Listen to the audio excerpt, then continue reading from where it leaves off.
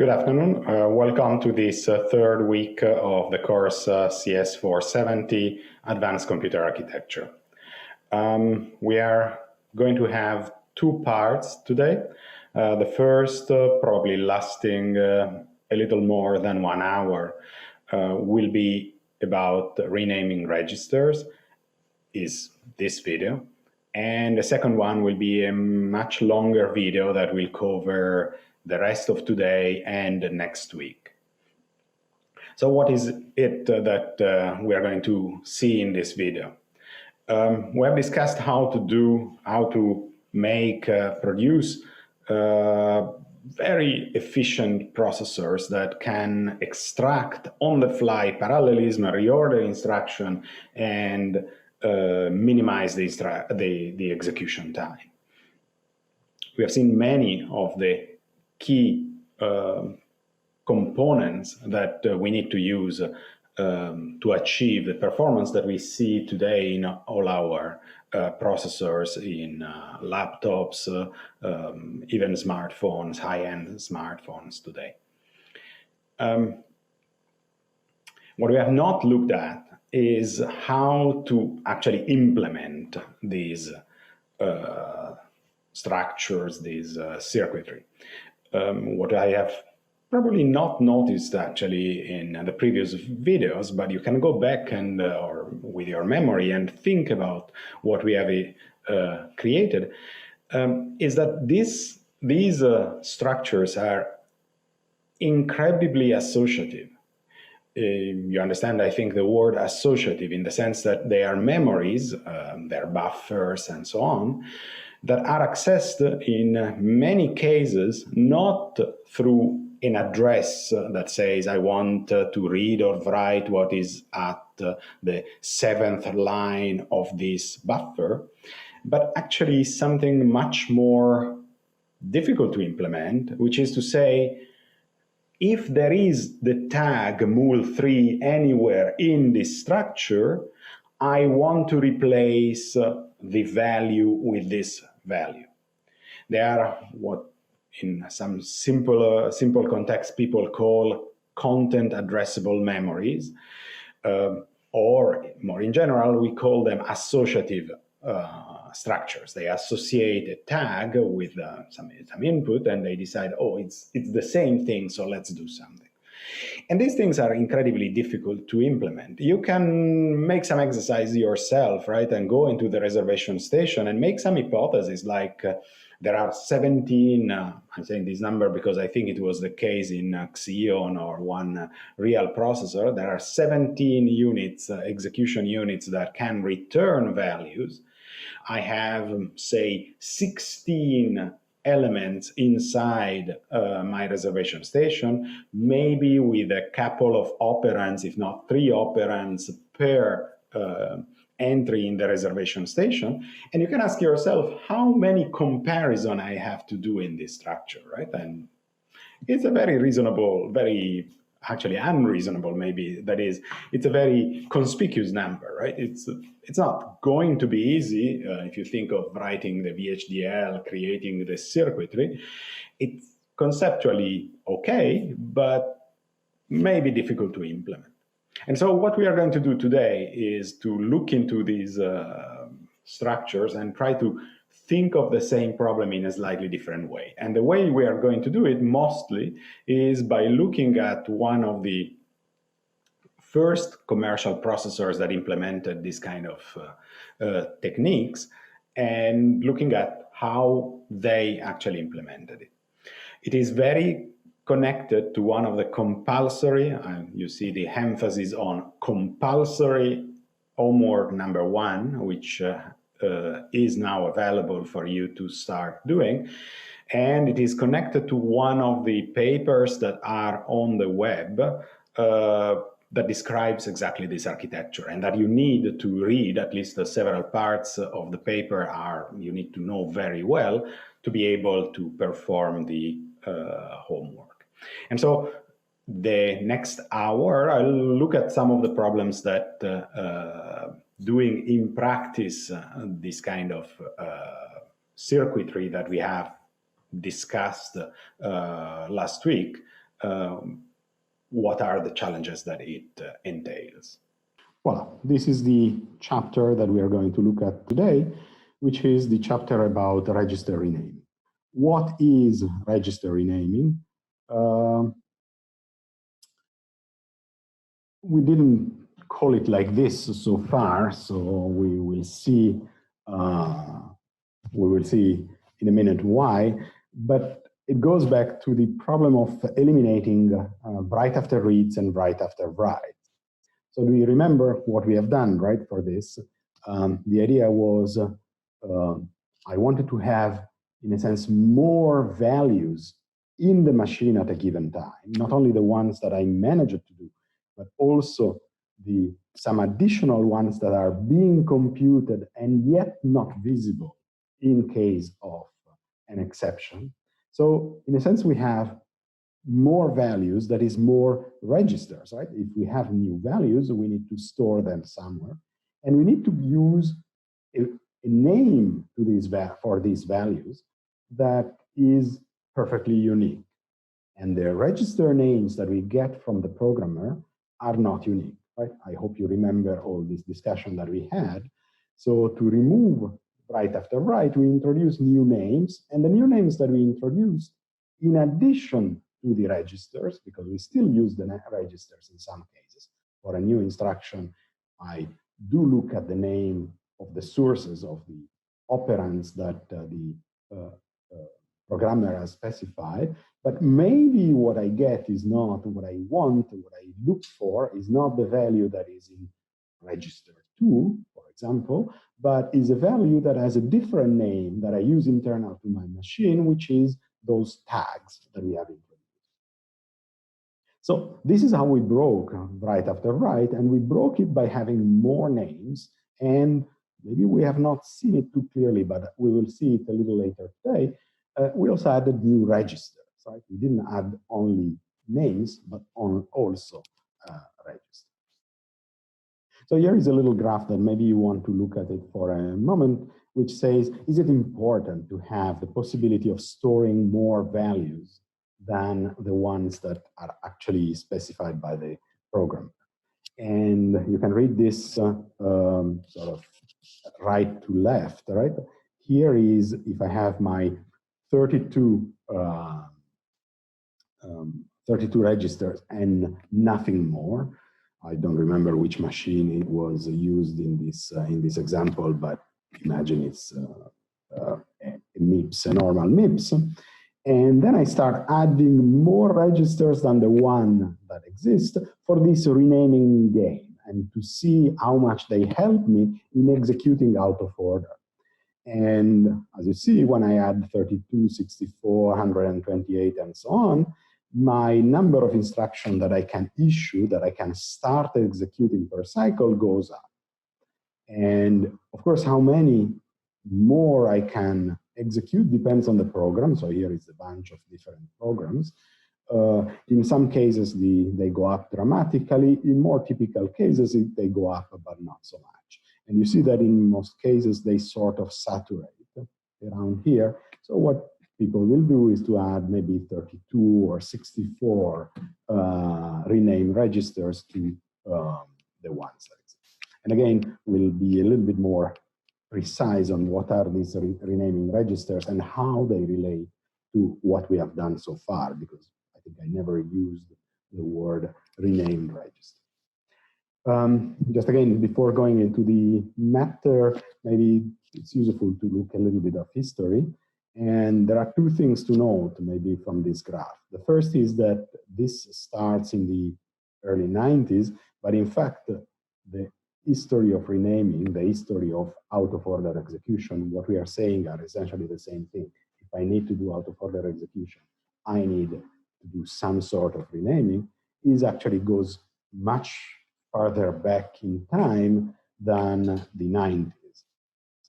I told you already, I think, in person last week, the last week that we met in person, in the case, in the old times, when I didn't care for exceptions, there was no problem in having in having imprecise exceptions. If I had an exception at those times, it was essentially a divide by zero. It's a numerical problem that I need to solve before running again my program, right?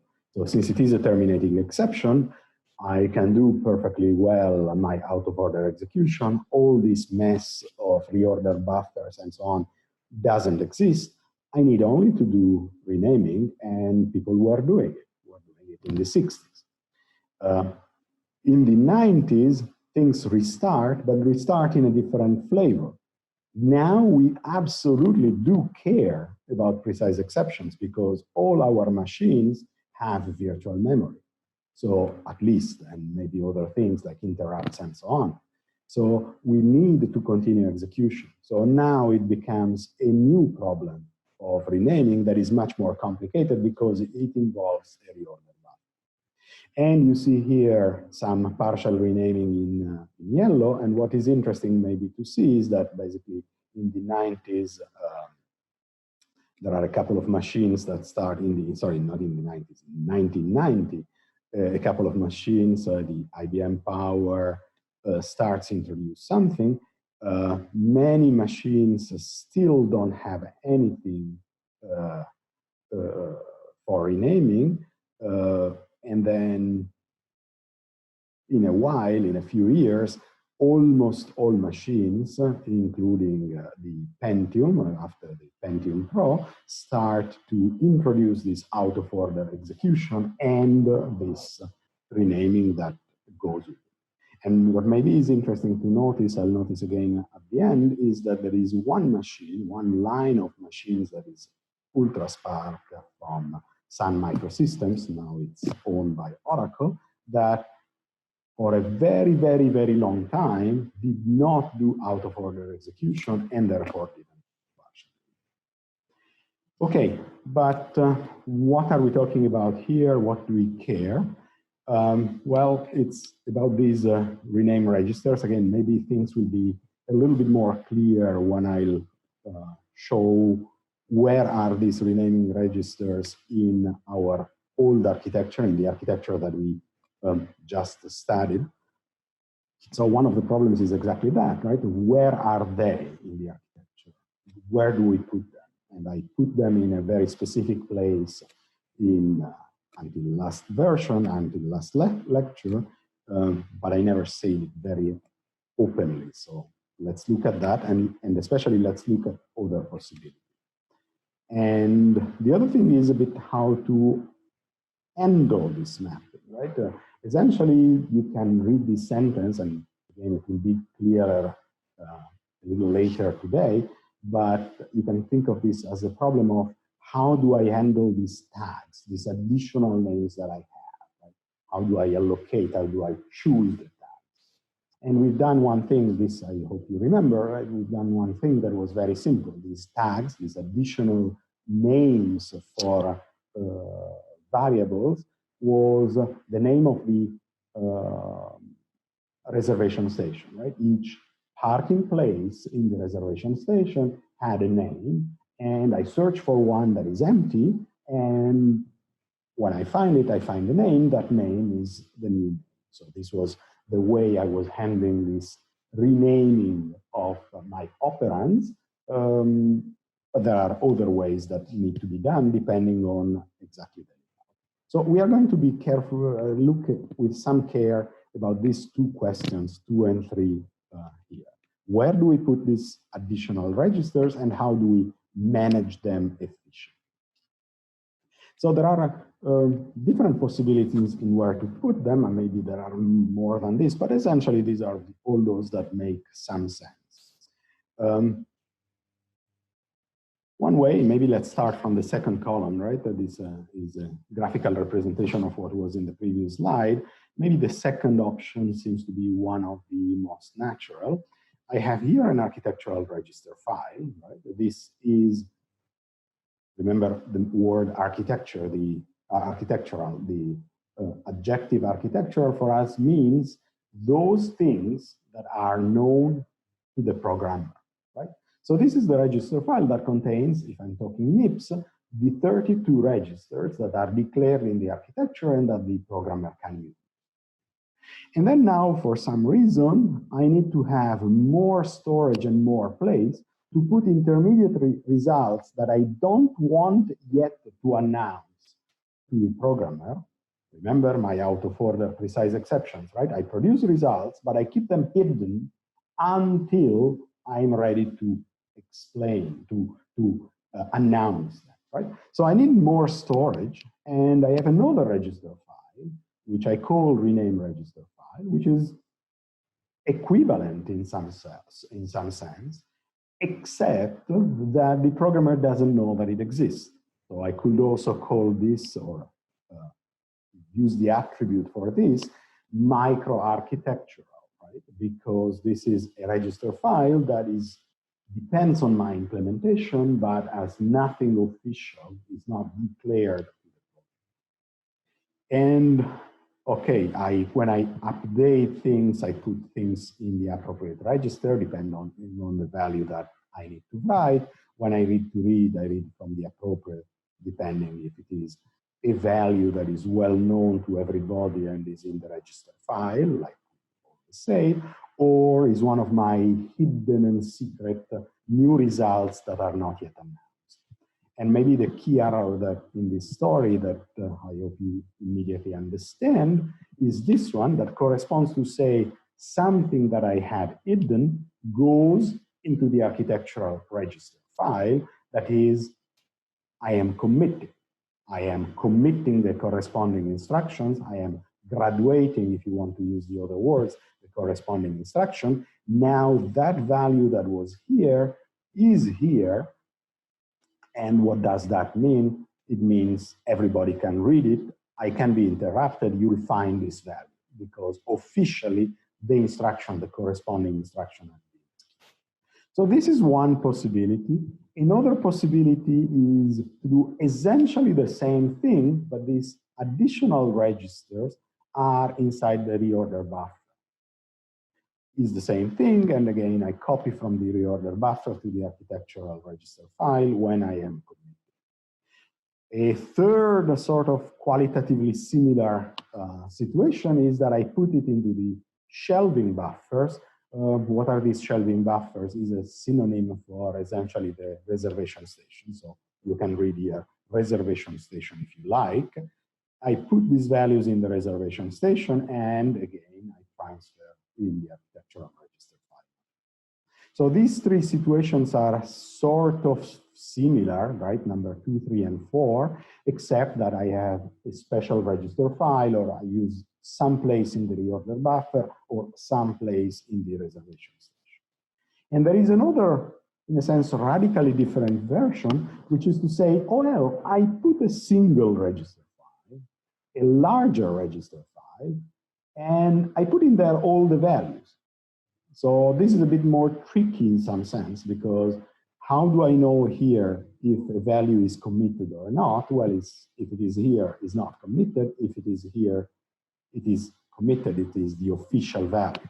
Now in here, there will be different values, some of which are committed, some are pre-committed, some are architectural, some are not yet architectural, and we call them rename values. And I will need to have a policy to handle all this. And one of the observations that we can do immediately, but we'll come back to it later, is that whatever I'm doing, if I'm doing right, 32 and exactly 32, not one less, not one more, of these will be, if I have, sorry, under the hypothesis that I have 32 registers in my architecture, right, architectural register, 32 of these values at any point in time must be architecture. I don't know where they are because I'm mixing up everything, so I need to figure out where they are. But 32 of these must be official values because at any point in time I can be interrupted and someone should be able to see 32 registers that are consistent with sequential execution, with in-order execution, plus all my crap somewhere, okay? One interesting observation maybe of here is that many of these, except maybe this one, and you can try to think why maybe it is, it's maybe not necessarily super evident, but there can be some thoughts that you can have. But 3 out of 4 of these different possibilities have all been used at some point in time by some commercial processors. So there is not that one of these is meaningful and the others are totally stupid. They're just different implementation possibilities. So here is one of the classic cases where I think it's great that we stop for a question. It's a question that I will pose to the class, and I will wait for some time to have someone that answers. And maybe there is an advantage in doing this in video because everybody should stop and think. Think about the following question. The question is, I'm talking of rename registers. I'm talking of adding places where I do store information. And I did this kind of processor, right? I hope we are all familiar now with this image. Where did I put this additional storage? If I am claiming that this additional storage is fundamental for the dynamically scheduled out-of-order processor to work, where is this here? One class of things here is very clear, right? Inside here, I have the architectural registers. And I never say that I would add anything here besides the, let's say, 32 architectural registers. So these are the architectural registers. Where are the others? Okay? If you are not clear, stop the video for a second and think. Okay, so do you have the solution? Here we have the architectural registers, but where are the additional registers? In the version that I've done, my new results that are available and to me to execute, but not yet advertised, not yet shown to the programmer, are in the commit unit or in the reorder buffer. Where are they? Well, I hope you see it, right? It was my last column in the reorder buffer where what I have there is the new values. You see it here, for instance, right? I had the new value for F3 was this one. It's not yet, it's going to be committed very soon, but it's not yet committed. So this is an additional storage that I prepared for my future instructions. Here is another example. I have F5 and I have prepared this value, but this value is not yet valid, but still when I will have it, I will put it here. So I have allocated an additional register with a name that essentially is this mul2, because this is how I will detect the new value coming out. And when I will get this tag, I will put here the value. So these are the additional registers that I put in my architecture. So I hope if it was a little unclear from the beginning of this course, now it becomes more clear why there is a connection between out-of-order execution with precise exceptions and these additional registers. These additional registers are this thing here. If I want to do things out of order, I need to keep some additional values besides the one that are in the register file, and I need to put them somewhere. And without maybe saying it explicitly, we did it until before starting this part. Now we call these rename registers. And the case here is that the rename registers are in the reorder buffer. So if I go back a couple of slides, I come here, and this is the third column that I see here, right? The reorder buffer contains the newly computed values that are not architecturally visible, and then there is this arrow here that says go and put that in the architectural register file when you commit. And if I go back to my slide, this is exactly this arrow, right? The moment I'm committing, I take this value, and where do I send it? I send it to the architectural register. Okay, great. So one of the things is how I identify these registers, right? How do I find my registers? And what we said in the first part of today's lesson, when we were looking at the reorder buffer, we said, I look into this column, I search for the register that I need the value of. Suppose F1, I made the example before F1. I search if F1 appears here. If I do not find it here, I go and read in the register file, in the architectural register file. If I do find it here, I look whether I have the value or not, and I take it essentially from the renamed register, right? So if I do the example here, if I have 5, I come here and I read this value. Well, I cannot read it. I need to wait until this will be ready, but I know that I will read it from here when it comes. Okay? We observed that this is a complex search, right? We also observed that you need to do it by taking the last one of the occurrences of the register that you're interested. So it's a very complicated search. And it's one of the things that we can and won't get rid of. And one solution is to have a mapping table. What is the mapping table? It's something fairly simple, and what it is that for every architectural register that I have, so I have maybe 32 entries here, I can enter here and say, where is R7, right? The architectural register number 7, the official register number 7. And what I put here in this table is where it is in reality, which may be something that says it is in the architectural register file at position 7, because essentially is ready. If I go back to my example, if I look for F1 and F1 is ready, is not being computed by anybody, what I will find here by looking at the entry of register 1 is that it says go in the architectural register file and look for element 1, and this thing will be what you want. So you understand that this is a much easier path, right? So I have only to translate this one into maybe another one, and then go in the register file. And apart from this translation, there is no search involved.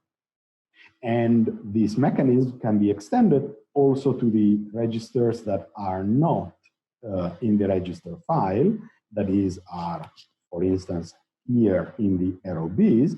And what I could put in the table is simply the address, the position inside the reorder buffer, where is my value, right? So essentially, sorry, if I go back here, when I put it here, F5, and I say, okay, the new latest value of F5 will be here, I can take the address of this. This is a memory structure, right? So this will be address 0, 1, 2, 3, 4. And I say, in the reorder buffer at position 4, there is the value that you want, or there will be, in this case, the value that you want. And so what I put in here is go in the reorder buffer and look at address 4. And maybe I will put something else that we'll discuss a little bit later, which is a bit that says, well, actually, it's going to be there, but it's not valid yet. So you cannot read it now. Come back later and try to read it later, but now you cannot read it. Or if I put 1, is like the situation for F3 here. You have to come in the reorder buffer at position 3, but you can read it now because it's valid. So I will put here for register 3, I will say go in the reorder buffer at position such and such, and it is valid, so you can read it. So you understand that this mapping table contains redundant information, right? Because I don't need it, strictly speaking, right? I can find this information, where is F3 in the reorder buffer, and so on and so forth, from directly the reorder buffer. But it's interesting to have this redundant information because once I have it, I don't have to do a search. So this is one of the first steps that we are going to take to make things simpler, right? To avoid all these searches, where are they, and so on, but just having a pointer that immediately brings what you want. And this is a figure that we are going to study a little bit more, and especially you are going to study quite a bit more to perform homework number one, and is the scheme of decoding and translation, essentially how a commercial, one of the first commercial processors that implemented out-of-order execution and precise exceptions, is the R10000 and shows how things are done. And the one thing that I want to notice now, we'll come back to this picture a little later, but is that there is here this exactly mapping table. So let's look at a few parts of this image now, and then again we'll come back. This is the instruction that I need to decode. So this is the instruction register, essentially, of our processor, is where the instruction that I just fetched is placed. Those of you that know a bit of MIPS will sort of recognize the structure of the encoding of the instructions, right? There are a couple of fields at the beginning and at the end that say what operation I need to do. So these I can put together here, and it tells me what is this operation about, this instruction about. And then I have three sources. You may be used to see two sources, but in the floating point, this is the floating point part of the instruction set. There are up to three sources as operands for an operation. Think of a multiply accumulation, right? You have an accumulator and two elements to multiply. You do the multiplication and you add it to the first one. So you need three operands and one destination. And here they are reordered because they are strangely placed inside the instruction encoding, so it's not very important. What is it? What is true is that at the end you have three operands that you need to read and one operand that you will write once you will have executed the instruction. And this is as far as we go now in looking at this picture. These four fields, three sources and one destination, are encoded on 5 bits. Why 5 bits? Because there are 32 registers in MIPS, right? So each of these is an address of a register encoded on 5 bits. And here they go into a table that is exactly this mapping table that we have here that says where exactly and really are these values, or where they have to go in the case of the destination. And here is the translation that goes into something that is a bit more bits, right? 1 bit more, because of course there are more actual register than the architectural register. So there are only 2 to the 5, 32 physical architectural registers, but there are 2 to the 6 actual registers in my architecture. And we'll come to this a little later, but because this MIPS 10,000 has a merged register file as this kind of solution that we see in the first column, where all the registers, the renamed registers and the architectural registers are all mixed up in the same register file, what we get out from the mapping table is simply a 6-bit address of a register for a register file of 64 to the 6 registers, of which half of them are architectural and half of them are not architectural. So again, we'll come back to this a little later. Now that we have introduced this notion of mapping table, the question is, how do I handle if I have a single group of registers? How do I handle the fact that some are architectural, some are renamed, and what are the different states I can do? So instead of using already done the diagram, this state diagram, we'll build it together. I think it will be more interesting. Okay, so we have a series of registers, and these registers will play two functions. Will be our architectural registers, some of them, actually always the same number. Suppose that our architecture is MIPS and has 32 architectural registers, so 32 will always be architectural registers. And then we have a bunch of other registers. Let's suppose that they are the same number, 32, that we can use to our own purpose, right? They will be the rename registers that will be in a number of different states. So what we want to do is to create the finite state machine that describes the different uses that we do of these registers.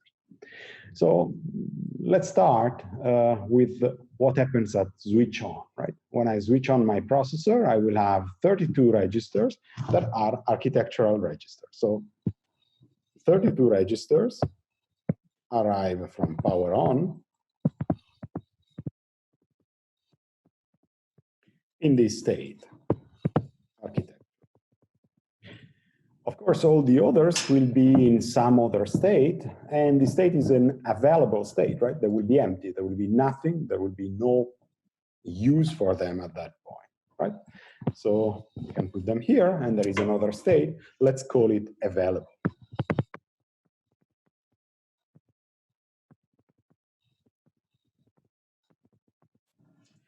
So 32 of them enter here, and 32 enter. Okay, so what are the things that are going to happen? We'll start decoding some instruction. Every time that we decode an instruction that has that produces one value in a register, we'll need to allocate a new rename register, right? We don't know if this will be committed.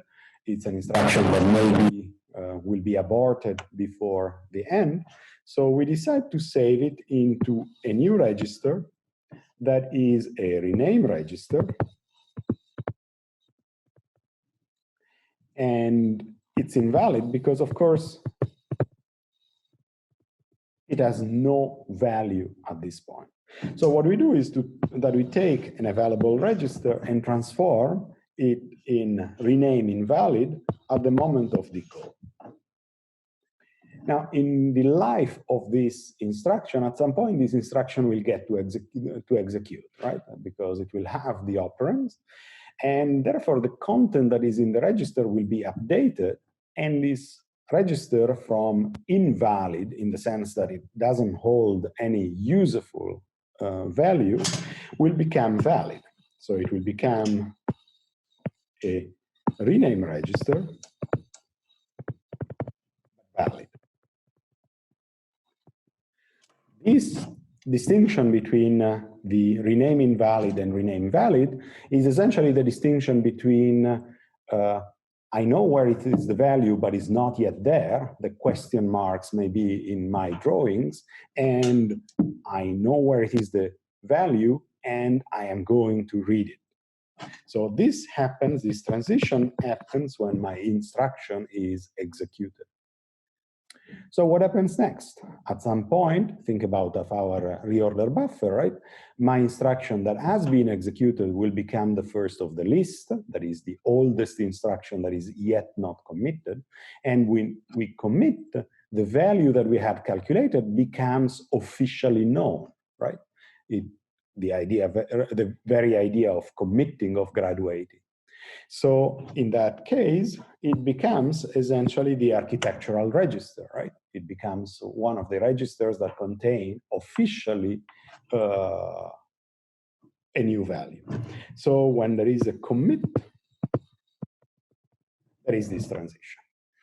Okay, so I think this is very simple, right? We have registers that are not holding anything, that on decode will contain something, so they are allocated but still invalid. Then they are executed and they become also valid, and on commit they become the official register. So our finite state machine cannot be complete, right? Because there is only one path. Basically, we have some registers that go and increase the number of the architectural register. And this is not conceivable. As we said before, there have to be, at any point in time, exactly 32 architectural registers. So what is the explanation? Well, the explanation is that every time that we bring one new register in the architectural one, there is another one, not the same, another one that becomes available. Why that? Well, because think of the normal architectural registers, right? At the moment I complete the execution of one instruction, I write the value in the register, and the old value that was in the register gets overwritten, disappears, loses importance. Now, in a sense, what happens here is exactly the same thing, right? We are writing into a register, we're making actually one register architecturally visible. There is one register that is the old physical register that was holding that architectural value. If I'm graduating R1, the old architectural register holding R1, this one becomes available, becomes useless. The value is not really overwritten in this case, but we will never want to read it again, and that's why it becomes available. So I think this explains basically the elementary mechanism. There is another kind of transition that belongs to this graph, of course, which describes what happens to my registers the moment I have an exception. So if I'm available, I stay available, nothing changes. If I'm architectural, I stay architecture. If I am in any transitional phase, rename phase, which exists exactly in case there is an exception, what do we do? Well, they disappear, right? They simply go back to the situation of available in exception, or this transition if there is an exception. So anything that was in the process of becoming architecture but is interrupted by an exception simply disappears. Okay, so this is the finite state machine that represents how we track the state of our registers in the case they are all architectural and not architectural and rename inside the same physical register file. The next slide shows you this transition and essentially describe what we said before. Good. We come back to this figure that I said we need to stare for quite a bit of time. So if there are things that you don't understand here, go back to it, go back to these slides, go back to the paper that describes it, because it's pretty important. And actually it shows us essentially how R10000 is done compared to our own implementation of an out-of-order processor. So again, the things that we see here is in this place here, the decoding and the fact that we have the four things that we care for, 3 operands to read and 1 operand to write once the instruction is written, and all the other structures that belong to our machine. One here, this floating point Q, that is essentially something between the instruction queue, the set of instructions that we are looking at, and the reservation station. So it's essentially the reservation station, what we have called the reservation station that keeps up to 16 entries. On the right, you see something that is called the FIFO RAM active list. It's a FIFO, which gives away what you should immediately recognize as the reorder buffer, right? You see also here that there is a write pointer and a read pointer, which is exactly the head and the tail that we had in our reorder buffer. Again, it's a FIFO, right? FIFO, first in, first out, means that it maintains order and is once more exactly what we want from a reorder buffer. So that identifies very clearly what we had in our architecture in a different form. And then what is there? One of the things we noticed already is there is this mapping table, right? I enter here on one of the read paths of this mapping table, and I say, oh, I want this architectural register file, and the mapping table says, where is actually this register in my in the architecture? So where is the physical position? It only answers this, so there is here a, oh, sorry. What I do need to do is that whenever I have a new destination, I have to allocate a new register, right? I invite you to take, I cannot do it very easily, but have on the side, when you look at this, the transitions of the, in the state diagram of the shared register file, what we just looked at just before coming here. And when you decode a new instruction, you need to allocate a new register. And how does it do it? It maintains a list of free registers and takes a new register and writes this into the mapping table, right? So I get the address, I get the new value. This will be the new mapping. The next instruction that will come later and ask for these same registers will read the value that we are putting now, which is exactly what we want, right? We have used this register and we'll point to this register in the future. The way I find a new register, you see the difference, for instance, from what we were doing, right? I was going into the parking lot and looking for an empty space. Here I have one more redundant information that I put here is to know where are the free ones, right? Instead of looking in the register file in the 64 registers and saying, oh, is there one free?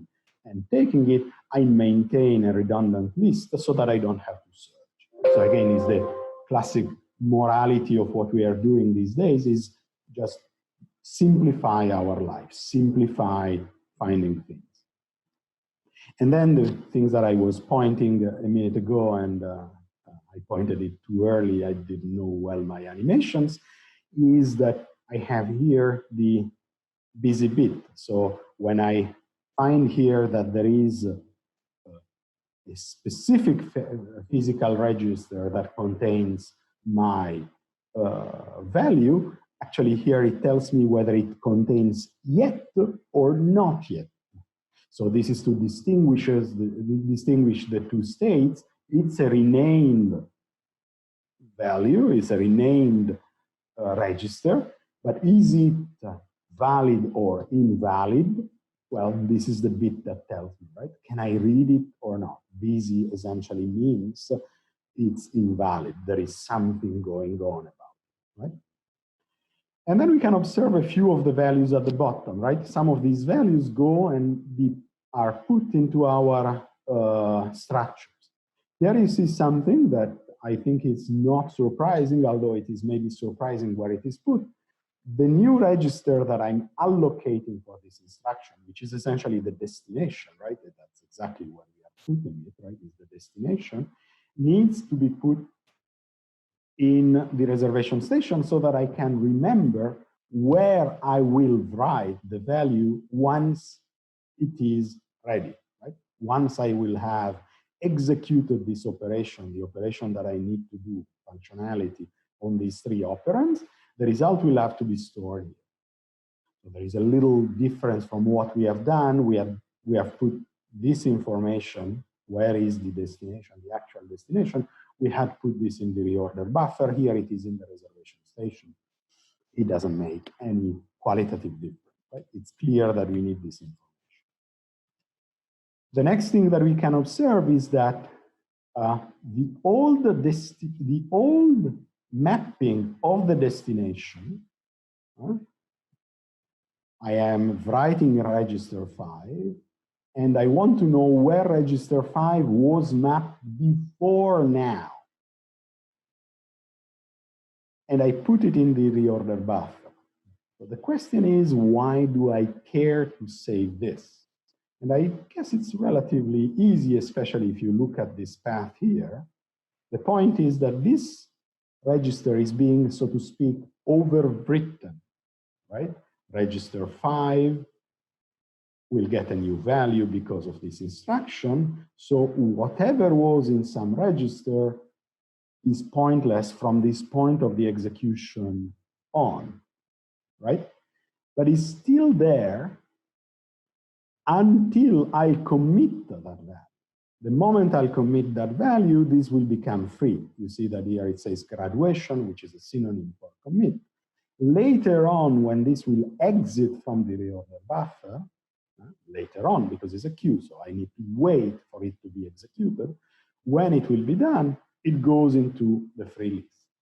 Really, the moment I have officially written the new value and is official that there is a new value for register file, wherever there was an old value for it, it's crap, it's garbage.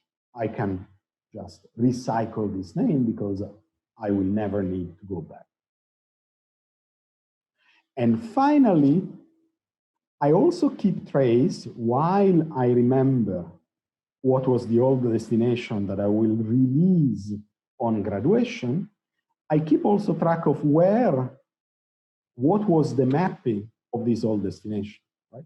The logical destination that corresponds to this old destination, right? The architectural register that corresponds to this physical register that I don't care anymore, at least at the moment there is a graduation. And here is another time for a good question where you can pause and ask yourself a question if you are understanding all these little pieces is, why do I care to put here the logical name of the destination, right? I enter it with this value. This is the value that I'm taking. I have allocated a new register, and I'm planning to deallocate this register upon graduation. I think all this makes a lot of immediate sense to everybody. But then why do I need to remember who or what was in this old destination? So once more, pause for a second, think about it, and let's come back. Okay, so I hope you took the time to think about this for a second. It's useful that you try to see the reason. So what is the reason? Why do I have this? The reason I have it is that I have deallocated, or I'm preparing to deallocate this value and to consider it free, but I will do it only at graduation. Now, what happens if in the meantime, before this guy manages to graduate, I have an exception? It means that this instruction, the instruction that triggered this remapping and has just put here this value, will never be executed because we take an exception before it and we go and jump to the exception handler, and this is gone. Remember, this is squashed from the reorder buffer. Okay, but there is one additional problem that we have to take into account, is that now we have this redundant information in the mapping table. And this redundant information needs to be maintained precisely. What we have written here is that if anybody cares for a specific register, I think in the example before I was saying it was R5, R5 will be found eventually in this destination. And that's what is written here. But now it turns out that this is not true anymore, right? Because this instruction will never be executed. And so the value in this destination will never appear. What does that imply? Implies that in case of exception, I need to put back the correct value in this table. I need to say, because that instruction will never be executed, R5 is in the old place where it was. And to do that, I need exactly this couplet here. Right? I will not send this back to the free list because it will not graduate. But I use this one to restore in this table the old mapping that still holds. Okay? I hope you can listen to that a few times until you are convinced that you understand what this is. So it's one example where I have added this table to simplify my life, but now it creates some more work that I need to do, because not only I have the right information somewhere in my data structures, but I need to spend some time to put the information back into this redundant structure because it's not correct in case of exception.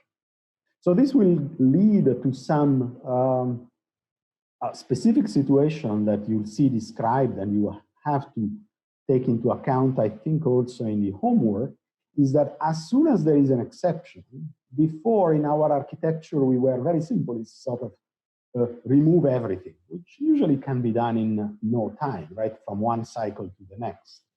Now we will have actually work to do. We will actually need to go through the stuff that is still in the reorder buffer and bring this stuff back into the table. And this will take time, right? It will take several cycles. If I have 5 unmapping to do, I will need to put 5 non-happening things back into my mapping table. So there will be a price to pay in case of exception to take this precise exception. All right, so I think we did the tour of most of the things in this figure. One of the things that I didn't notice in the previous occurrence of this figure in the previous slide, but was written on that slide, and maybe it's a good time to notice it, is that this table is going to be very helpful. This, I think, it's the reason why I introduced it. It removes a lot of these associative searches that were expensive. But this is not super easy to implement either. One of the things that has never been said here, but you'll see when you read the paper, is that there are 4 of these structures in parallel. Okay, essentially because the R10,000 is a 4 times superscalar, so it decodes not only this instruction, but 4 more on the side, 3 more, so 4 in total. So now let's look at the complexity of this mapping table. Of course, the mapping table in this figure, and I hope you are imagining in 3 replicas on the side of this slide, is the same for everybody, right? Because there is only one mapping for every instruction, right? So now count the read ports and the write ports of this. Right? There are 1, 2, 3, 4 read ports, and there will be 4 in each of the 4 copies, so there will be 16 read ports. And here there is a write port, and there will be 4, so 3 more in the other copies, and there will be 4 write ports. So you see that is not a normal memory, right? It's not a normal memory structure where I have 1, maybe 2 load store ports. I have 16 load ports and 4 write ports. It's a simple memory. It's a normally addressable memory, not a content addressable memory. So it's a simple one, still a probably pretty hard one to make, especially as it is in the decoding path, and probably I want it extremely fast. Right? So just a comment that is worth adding here. All right, so we're essentially done. This is a little summary of the information flow. It essentially says all the things that we said, or actually maybe says some of these things more precisely to try to map the transitions that we have seen in the abstract state diagram on this specific organization of the structure, okay? It will help maybe also reading the paper, but all this information is essentially also in the paper.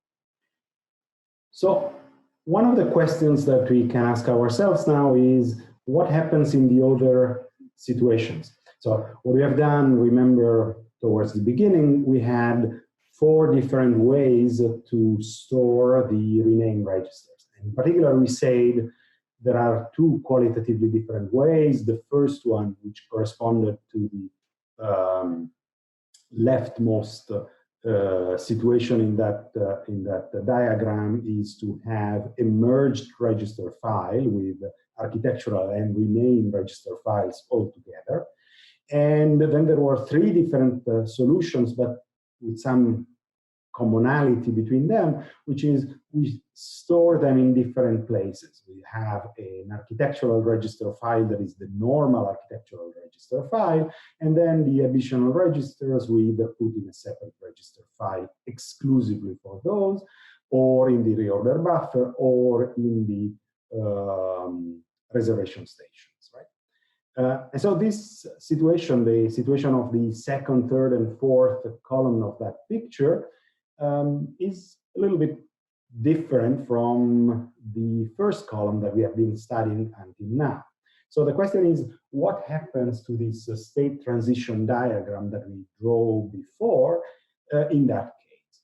And clearly the situation is fairly simple in the sense that there is no longer one of the state. The architectural state is not anymore in this state diagram, because a renamed register cannot be there when it is architectural, because it will be in the architectural file. And essentially, basically, this means that the state diagram short circuits that state. It's just a 3-state diagram instead of 4-state diagram as it was before. And that what was equivalent to going into that state before is now a copy, right? It's essentially what you see here. The moment you are transforming a renamed valid register into an architectural register, you don't change the state, it just goes away, and the value is copied in the architectural register file, and therefore the register itself, the physical register itself, is useless anymore, and so it goes into it becomes a free register, so it becomes available again. Okay, so I think it is pretty intuitive.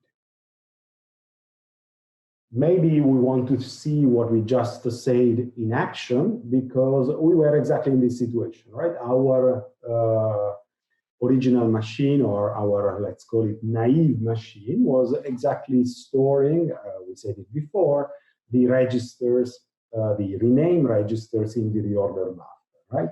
And remember, it is this column, right? The column value corresponds to these rename registers. They are registered, they are locations where I can store values that are not yet architectural. And so I should find these 3 states, free, rename invalid, rename valid. Do I find it there, here? I hope you see it already, but I will help you. If I have something that is outside of the head and tail of this FIFO, of this circular buffer, it's a register. Actually, the register is here, to be precise, right? Is the register that is free, is available, right? It doesn't contain anything and is not allocated yet to contain it. The ones that are allocated and are real rename registers are this, and in particular, one like this, where there is a tag that is still in the line of the reorder buffer, means that I don't have the value yet, and I'm waiting for the value. And this is what we have called in the state machine rename invalid. And then the last case is a rename valid, is a case where my tag doesn't exist anymore, and I do have the value here that anybody that wants to start executing based on this value can take and should take from here. Okay, so I hope this example also helps you to remove a bit of the abstraction of this discussion. The abstraction of this finite state machine corresponds very specifically to what we have done. It's simply that we didn't very explicitly give these names to the different states. All right, there are a few other slides. I don't think they are particularly important. Maybe it's interesting to have a look at this one, which is a bit old, but gives you a sense of what are the typical issue rates that you can have in commercial processors. They are unfortunately all old processors. There is another slide that is a little more sort of newer. It's very unfortunately, I used to get very regularly this kind of tables, which were super nice, in my opinion, to see. Unfortunately, they stopped doing them in 2009, and somehow I didn't find a reliable source to get the same information without compiling the table myself. It still gives you a very good idea of practical things. If you look at all the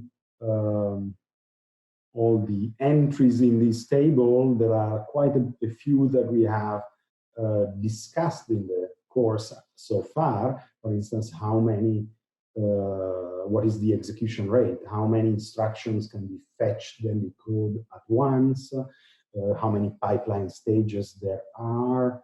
How many instructions can be executed out of order, which is immediately relevant to what we just saw, right?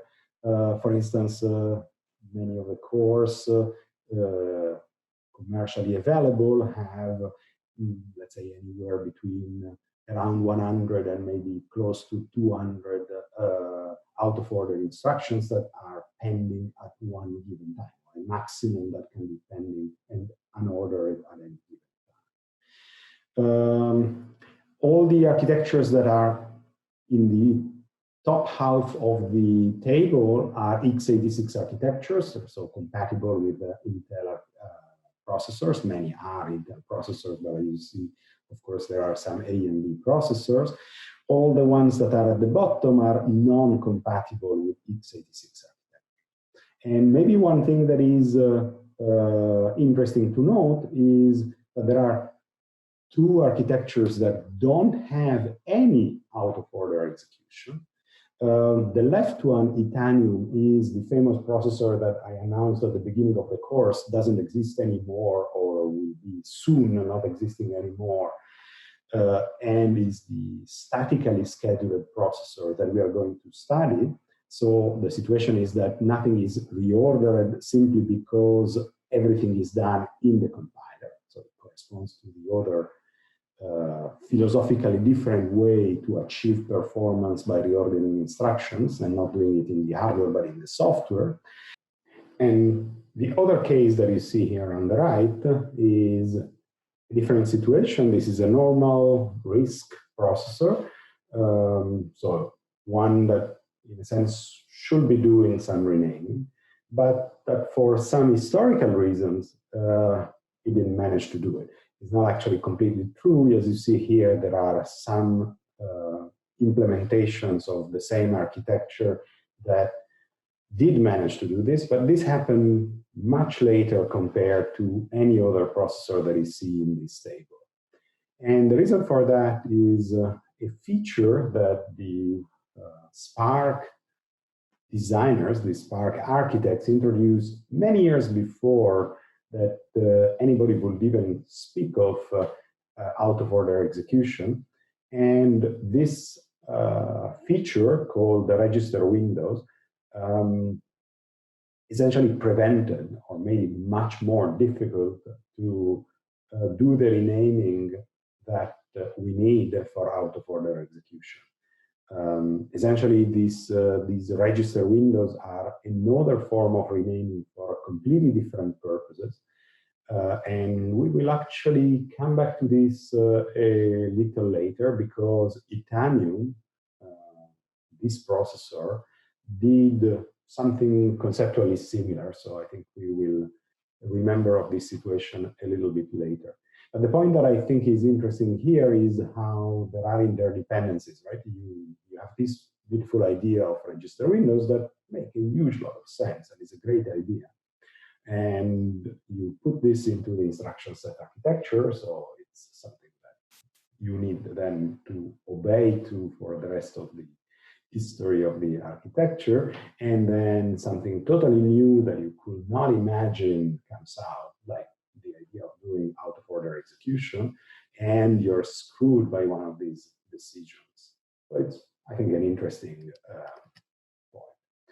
Okay, so this finishes our discussion of register renaming. What was this? Essentially is a way to practically implement this out of order execution to organize data structures in a way that they are reasonable. Most of what has been discussed is in these two papers that are available on Moodle.